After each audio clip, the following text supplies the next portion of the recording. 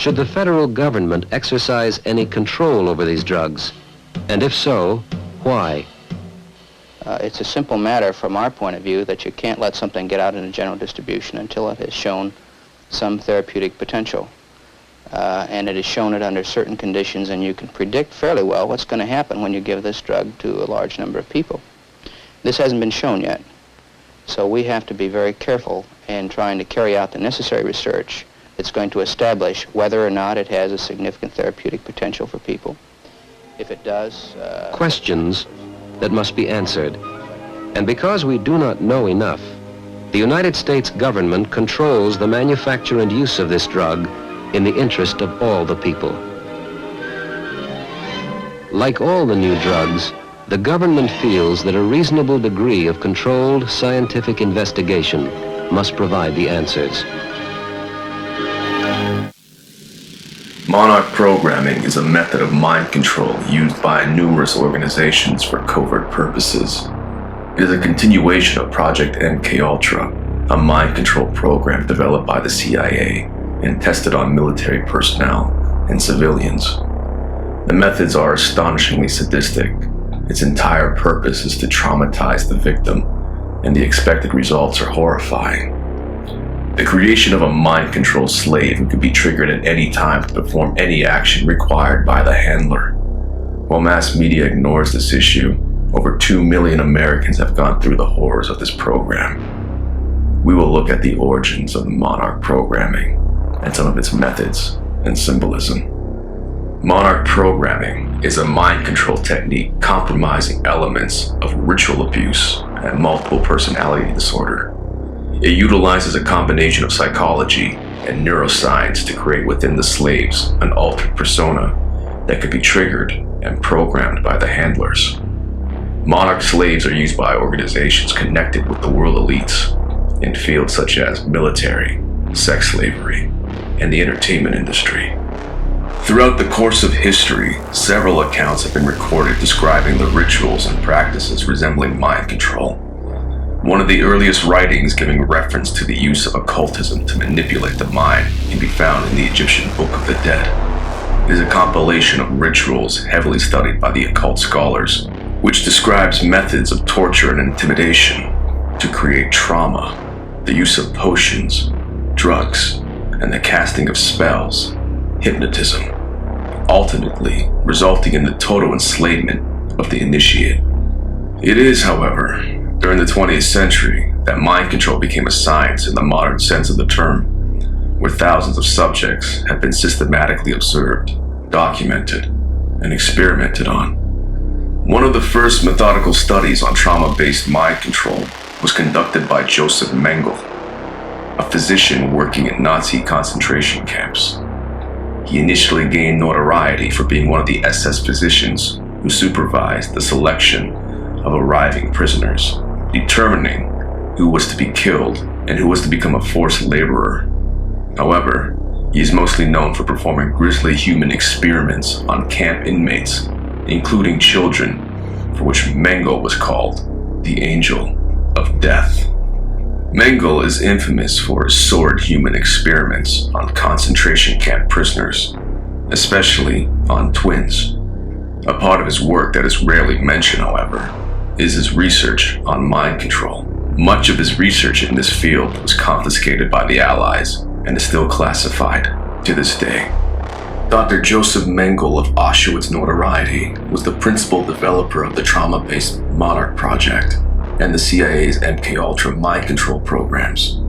Mengele and approximately 5,000 other high-ranking Nazis were secretly moved into the United States and South America in the aftermath of World War II in what was known as Operation Paperclip. The Nazis continued their work in developing mind control and rocketry technologies in secret underground military bases.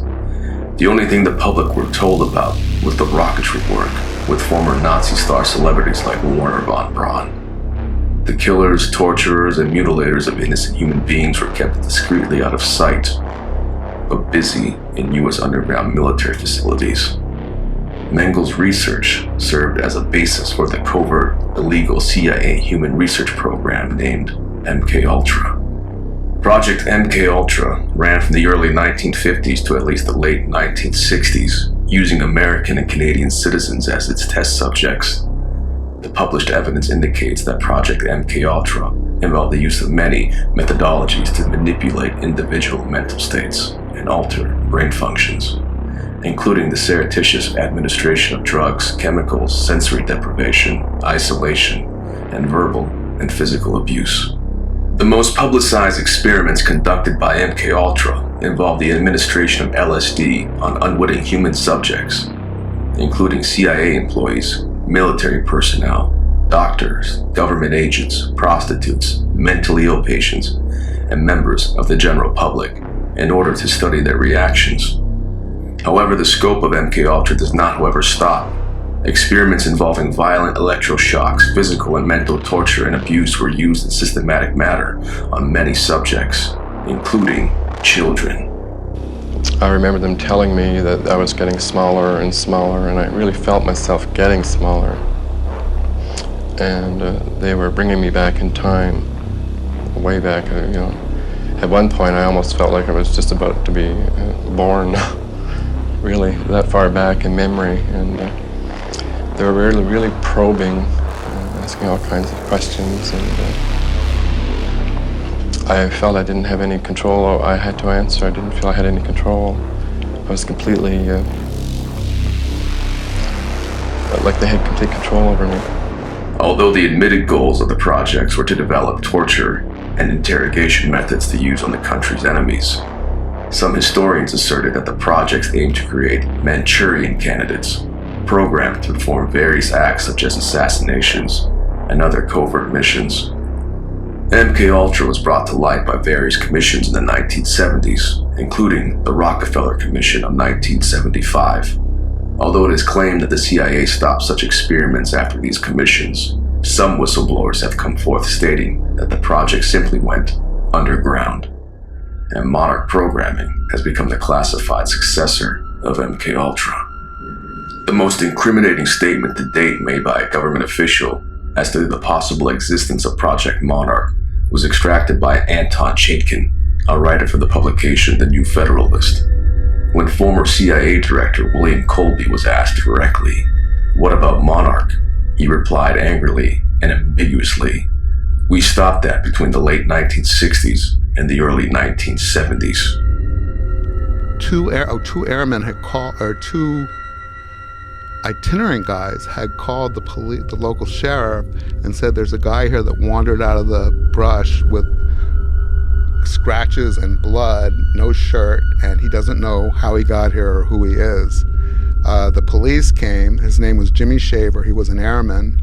They did a search and they found the little girl's body not too far away, and she had been raped and murdered by this guy who had no memory of doing it. The guy had no history of violence. He had a couple kids, and he was a flight instructor at the school. He'd been in the military for a number of years. I think he was in his early 30s.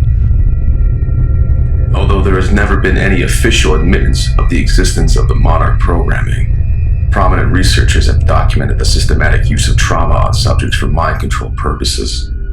Some survivors, with the help of dedicated therapists, were able to deprogram themselves, to then go on record and disclose the horrifying details of their ordeals.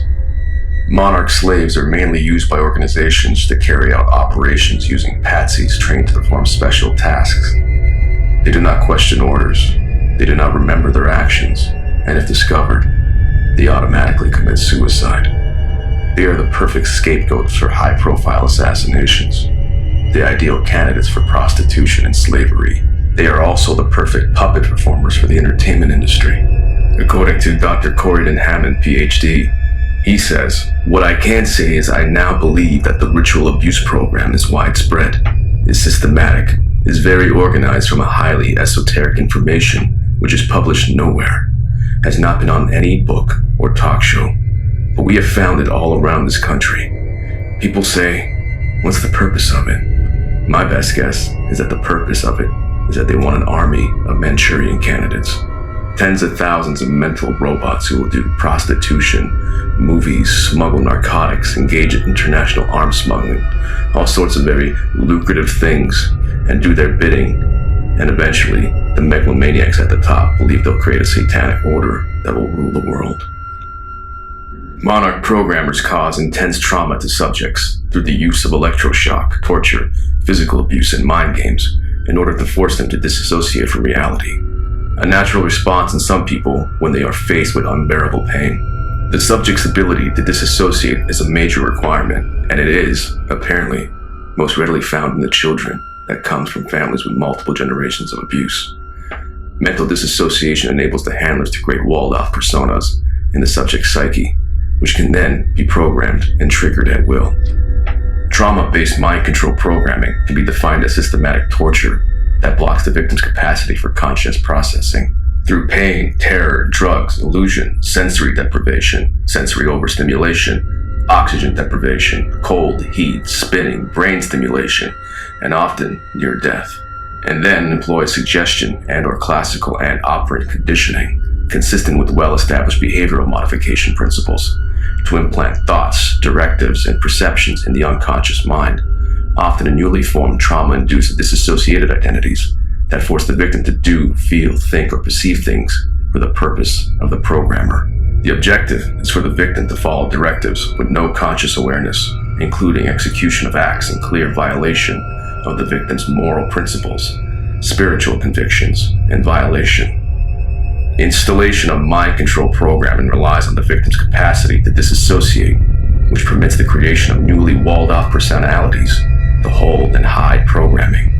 Already, disassociated children are prime candidates for programming. Monarch mind control is named after the monarch butterfly, an insect who begins its life as a worm, representing underdeveloped potential, and after a period of cocooning, programming, is reborn as a beautiful butterfly. Some characteristics specific to the monarch butterfly are also applicable to mind control. The monarch butterfly learns where it was born, its roots, and it passes this knowledge via genetics onto its offspring, from generation to generation. This is one of the key animals that tip scientists off that knowledge can be passed down genetically. If knowledge can be passed genetically, then it is important that the parents be found that can pass the correct knowledge onto those victims selected for monarch mind control. When a person is undergoing trauma induced by electroshock, a feeling of lightheadedness is evident, as if one is floating or fluttering like a butterfly. This is also symbolic representation pertaining to the transformation or metamorphosis of this beautiful insect, from a caterpillar to a cocoon, dormant in activity, to a butterfly, new creation, which will return to its point of origin. Such is the migratory pattern that makes this species unique. The victim/survivor is called a slave by the programmer/handler, who in turn is perceived as master or god.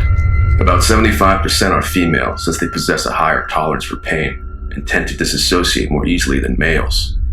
Monarch handlers seek the compartmentalization of their subject's psyche in multiple and separate altered personas, using trauma to cause disassociation.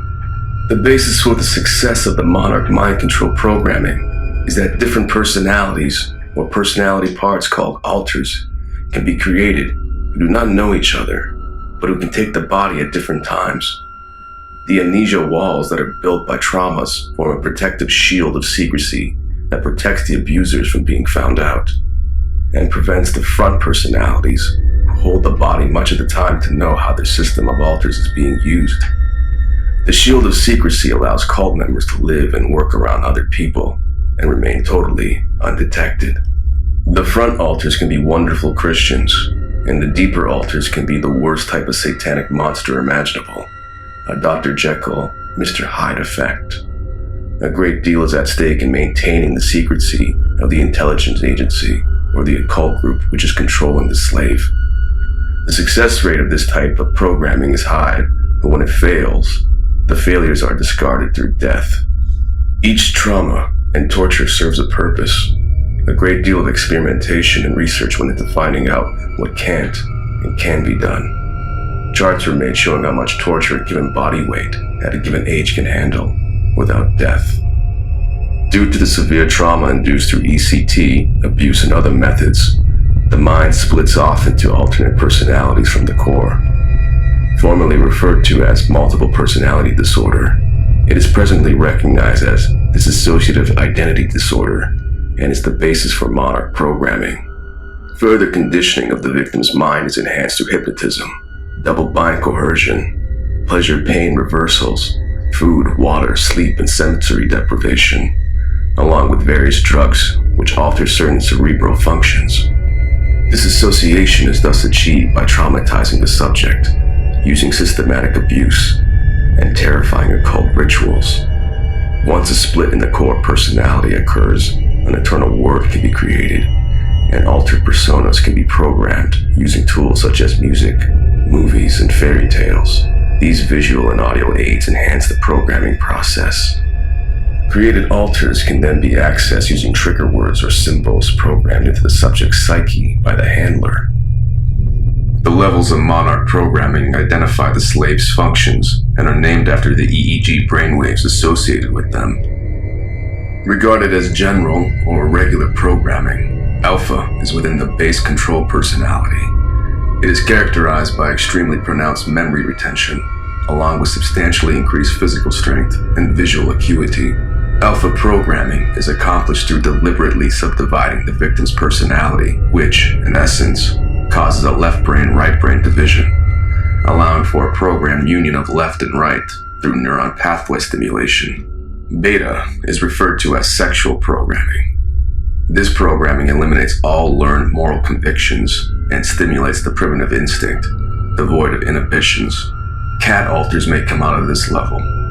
Known as kitten programming, it is the most visible kind of programming, as some female celebrities, models, actresses, and singers have been subjugated to this kind of programming. In popular culture, clothing with feline prints often denotes kitten programming. Delta is known as killer programming and was originally developed for training special agents or elite soldiers in covert operations. Optional adrenal output and controlled aggression are evident. Subjects are devoid of fear and very systematic in carrying out their assignment. Self-destruct or suicide instructions are layered in at this level. Theta, considered to be the psychic programming, bloodliners were determined to exhibit a greater propensity for having telepathic abilities than did non-bloodliners. Due to its evident limitations, however, various forms of electronic mind control systems were developed and introduced, namely biomedical human telemetry devices, brain implants, direct energy lasers using microwaves and/or electromagnetics.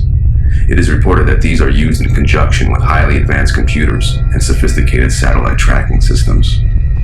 It is difficult to remain objective when describing the horrors endured by the Monarch slaves. The extreme violence, the abuse, the mental torture, and sadistic games inflicted on victims by notable scientists and high-level officials proves the existence of a true dark side in the powers that be. Despite the revelations, the documents, and the whistleblowers, a great majority of the population ignores, dismisses, or avoids the issues altogether. Over 2 million Americans have been programmed by trauma-based mind control since 1947, and the CIA publicly admitted its mind control projects in the 1970s. Movies such as The Manchurian Candidate have directly referred to the subject, even depicting actual techniques such as electroshock, the use of trigger words, and microchip implementation. Famous people such as Candy Jones, Celia Imrie, and Sirhan Sirhan have gone on record and disclosed their mind control experiences. The research and funds invested in Project Monarch do not, however, only apply to mind control slaves. Many of the programming techniques perfected in these experiments are applied on a larger scale through the mass media. Mainstream news, movies, music videos, advertisements, and television shows are conceived using the most advanced data on human behavior ever compiled. A lot of this comes from the Monarch programming itself. We want to be sure that this country stays free, and that means that any spy agency continues to be outward looking, to spy on foreigners, but not to be spying on Americans or not to be trampling upon the laws and constitutional rights of American citizens.